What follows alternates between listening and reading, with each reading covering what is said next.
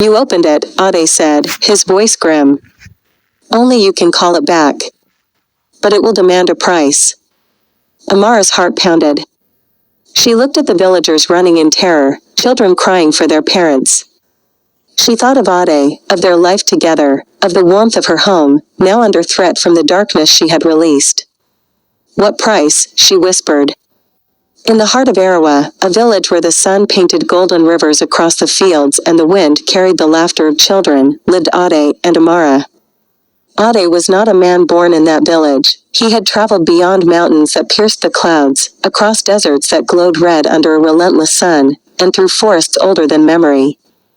People whispered that he had walked where no ordinary man dared, and that he had seen things the world forgot to speak of. Yet he had settled in Arawa, marrying Amara, a woman whose heart was as gentle as the river breeze but whose curiosity burned brighter than the midday sun. She had eyes that seemed to drink in everything, every flutter of leaf, every shadow, every whisper of life. From the first day they moved into their small hut, Amara noticed the pot. It was unremarkable at first glance, a clay vessel with faint carvings, sitting on a simple wooden table. But its presence carried weight. Ade treated it with reverence and a careful distance, and his words when he spoke of it were stern. Never open it, he told her, his voice low and unwavering. No matter what happens, no matter what you hear, see, or feel, you must not lift its lid. Promise me. I promise, Amara said, though her fingers itched to touch it, to uncover its secret. She could not imagine what a simple pot could hold that warranted such fear. Yet, even as she promised, a flicker of unease settled in her heart. For weeks, the pot remained silent, merely part of the hut's furniture. Amara busied herself with cooking, fetching water, and tending to the small garden outside. She often caught herself glancing at the pot, her mind racing with possibilities. Some days, she would hear faint murmurs at night, a whisper too low to understand, yet persistent enough to make her heart leap. She told herself it was the wind. Perhaps a bird had entered the hut. Yet, each night, the whispers returned, growing louder, weaving into the silence like threads of warning she could not ignore. Then, one evening, the village's tranquility was broken by the approach of strangers. Traders from distant lands came with carts of strange spices and fabrics. Ade returned late, tired but wary. He glanced at the pot with a frown and muttered prayers under his breath. Amara observed him closely. There was a tension in him she could not understand. That night, as the moon spilled silver over the hut, she heard the whispers again, louder this time, distinct and insistent. Amara. Amara, open us, free us, we will give you what you desire. Her curiosity waged a war against caution. She could not sleep. She imagined treasures, knowledge, even power flowing from the pot into her hands. Every dream that night was a vision of the pot, its lid trembling, its carvings glowing faintly as voices called her name. She awoke at dawn, her hands clutching her chest, the words lingering in her ears like a melody she could not forget. Days passed, but the strange events multiplied. Animals in the village acted strangely. The chickens refused to roost, and dogs whimpered at shadows no one else saw.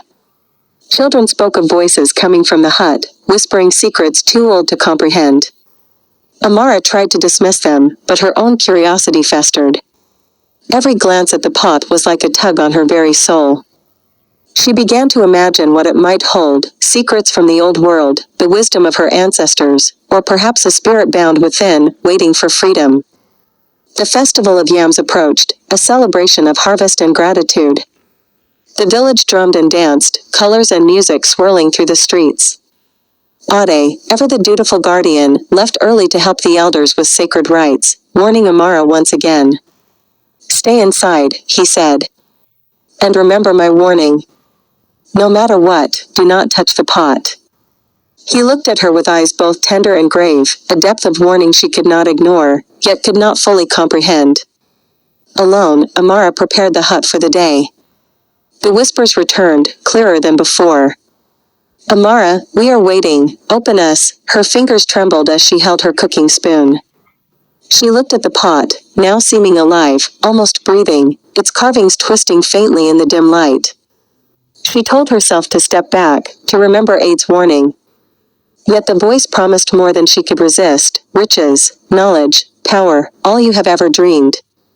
The hours passed, and the whispers evolved into a song, sweet and irresistible. Amara's hand hovered over the lid. Her heart raced, she felt the tug of fate pressing down on her. She hesitated, then slowly, almost reverently, touched the lid. It was warm, pulsing softly like a heartbeat. The room grew still. The whispers stopped. The only sound was her own ragged breathing. She lifted the lid, and at that moment, the world seemed to hold its breath. A rush of wind exploded from the pot, snuffing out the lamp. The shadows in the hut deepened, thickening like ink spilling into water. Shapes emerged from the darkness, twisted faces, clawed hands, eyes glowing red. A deep, guttural laugh echoed from every corner, shaking the walls. At last, free, the voice hissed. The darkness poured from the pot, curling around Amara like living smoke. It brushed her skin, cold and heavy, and she stumbled backward. She fell to the floor as the shadows twisted higher, coiling toward the roof and spilling out into the village. From a distance, the festival drums stopped. Screams began to rise as the shadow spread through the streets, swallowing homes, trees, even animals. Ade arrived moments later, his staff clutched in trembling hands. "What have you done?" he shouted, fear and fury in his voice. "Do you know the curse you've released? That pot contained an ancient evil, bound by our ancestors over a century ago. I was the guardian, and now, it is unleashed." Amara tried to explain, but words failed her.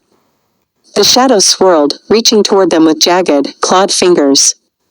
Ade struck his staff into the ground, and a circle of light flared around them, holding the darkness at bay. He chanted in the old language of their ancestors, each syllable heavy with power, but the shadows struck back, rattling against the light like a storm against a mountain. "You opened it," Ade said, his voice grim. "Only you can call it back.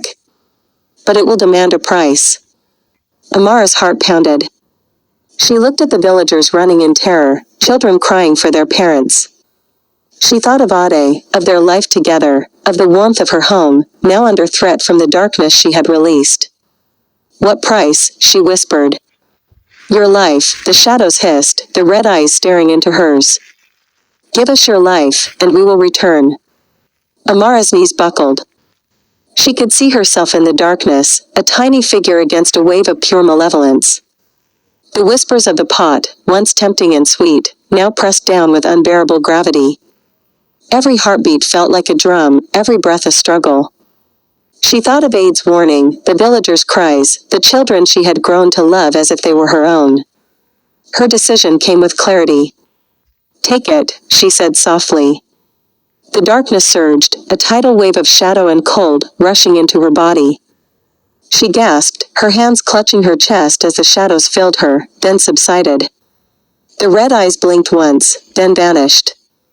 The pot, now sealed, lay broken but intact, as though nothing had ever escaped. The sun returned to the village, the festival resumed, but the air remained heavy, as if the earth itself had remembered what occurred. Ade knelt beside her, tears falling silently. He whispered prayers over her still form, calling upon the spirits of the ancestors. Villagers watched from a distance, hesitant to approach the hut. They whispered among themselves that they had seen a woman become one with darkness to save them all. Ade buried the pot in the deepest part of the forest, marking it with runes that none would dare cross. Even after the shadows vanished and the village returned to its rhythms, a memory lingered. At night, some claimed to hear Amara's voice on the wind, soft and haunting, calling for the living to remember her sacrifice.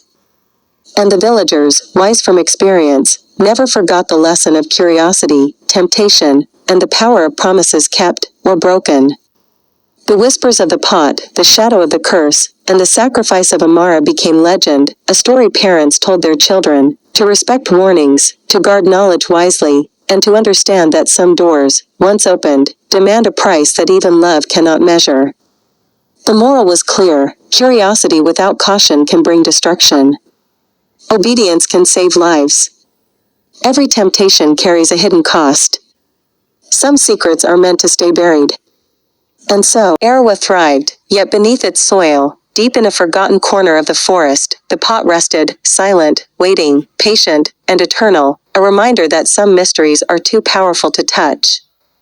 If you enjoyed the story, please like, comment, and subscribe for more interesting stories. Thank you.